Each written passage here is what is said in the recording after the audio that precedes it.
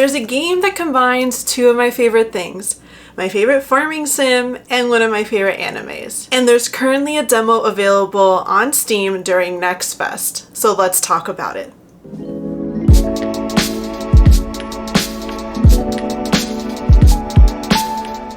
Cuba, welcome back to Cozybichota. My name is Natalia.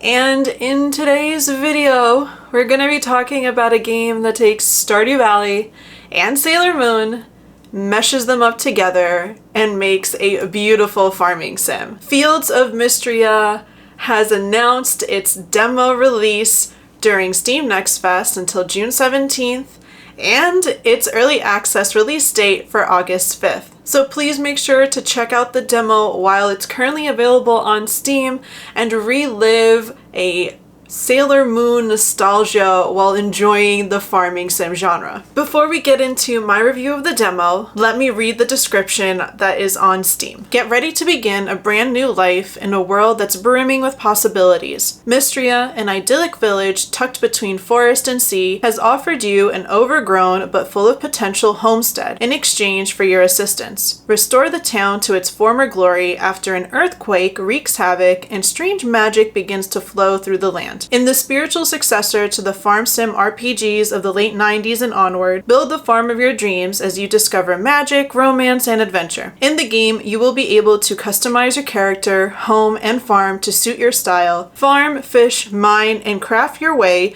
to a revitalized town, find your ideal match with one of 12 marriage candidates, raise adorable animals and breed rare color variants, unlock magic that will aid you during farming and adventuring, enjoy the changing seasons with new quests, festivals, and even villager outfits, get to know 30 plus villagers and follow their stories, battle foes and discover treasures as you explore ancient ruins, and so much more. The demo itself was unbelievable, and when my friend Ashley of Ash's Cozy Corner texted me saying that she absolutely loved the demo and was in shock and could not wait for me to stream it, I knew that she wasn't joking. It took everything in me not to grab my Steam Deck upon the demo's release on June 5th at 1 p.m. EST and play it, but instead I contained that excitement so that I could experience it on stream with viewers. Here's a quick recap of what the demo offers. The demo features your first 3 days in Mistria and includes everything from story quests to farming, fishing, exploring magic, and more. And it is fully Steam Deck compatible, so if you are in the mood to try the game on console, Fields of Mistria has blessed us with this feature.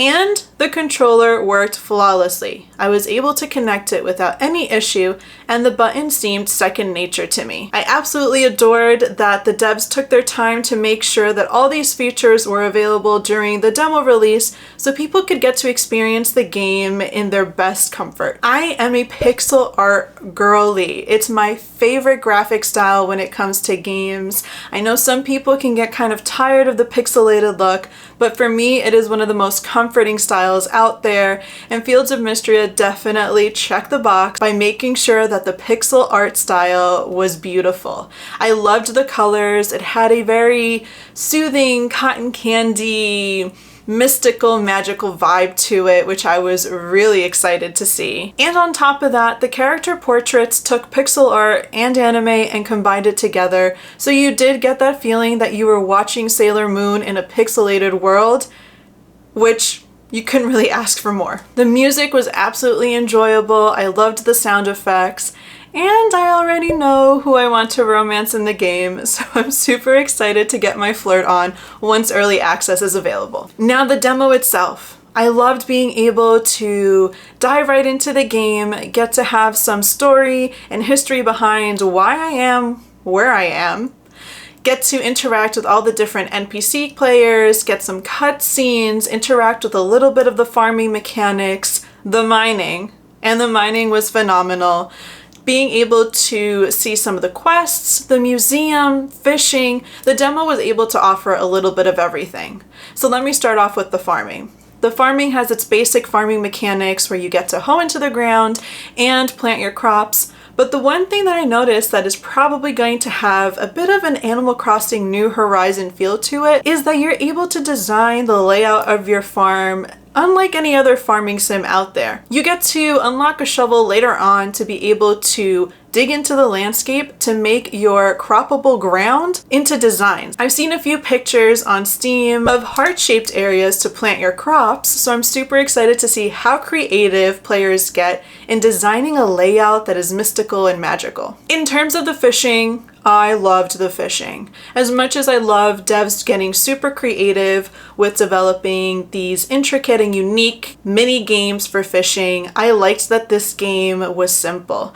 I felt like I was playing Animal Crossing, and the fishing in Animal Crossing is super relaxing and not stressful whatsoever. So I'm glad that they took a more relaxed approach to fishing in this game. The mines. I cannot emphasize how much I loved the mines. I love the mines in any farming sim. Normally. There have been a few farming sims out there where the mines just did not hit the mark, and I am really glad that Fields of Mistria introduced a very classic mining mechanic, but also its own twist and elements to it. I know that there were ruins that we're going to be discovering. I really like that you got to use a pickaxe to axe away at the stone and some of the resources, and the monsters were really cute and different from your typical ones.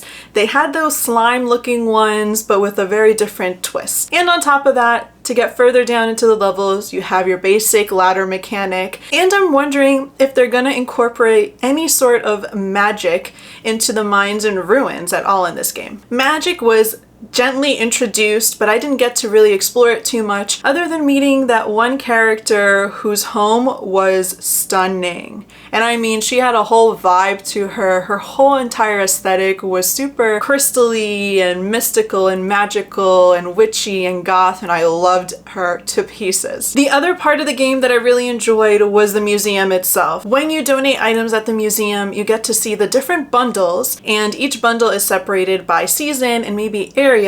But on top of just donating it, you get an incentive for it. Kind of like when you're doing the community center at Stardew Valley, where you donate different things depending on the bundle, and every time you complete a bundle, you unlock a treasure. The same thing, but for the museum, which I love. That they made the museum even more of a reason why you want to donate. Not simply just to see it finished if you are a completionist, but for the sake of also getting something out of it. The game also introduced a quest board, and I love quest boards because not only does it encourage you to want to foster your relationships with other NPCs, but also the incentive of getting something from the quest. So I love that their quest board was available as well. And the characters. The characters all seem to be pretty diverse, their outfits were stunning, and Reese is probably my favorite one out of all of them, for personal reasons. And lastly, I really enjoyed the length of the demo. It took me about 1.5 hours to complete, taking into account that I streamed it, so there were moments where I was chatting and getting a little bit distracted from the actual gameplay.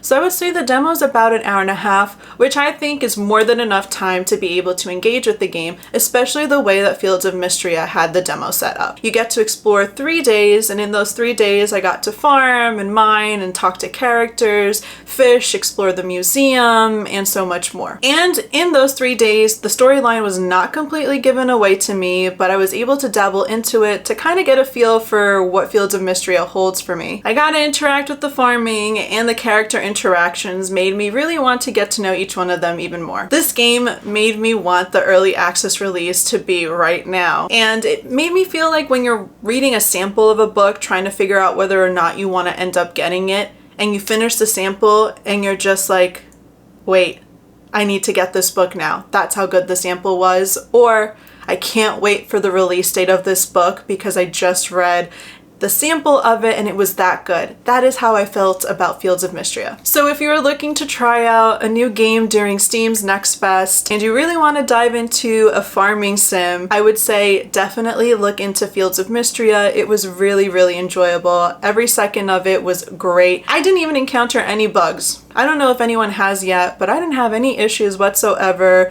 with the gameplay, with any of the tools, talking to characters, moving from day to day, or crashes at all. And I loved that. And that means that the devs took their time to make sure that the game was in a state that the demo would run flawlessly for players. Don't miss out on the chance to experience what I think will be the next big farming sim. And make sure to wishlist the game on Steam, as it really helps the devs out. In the comments below, let me know if you're you're thinking of checking out the demo and list some of the other demos that are available right now that I should maybe look into. And from one bichota to another, stay cozy and see you next time.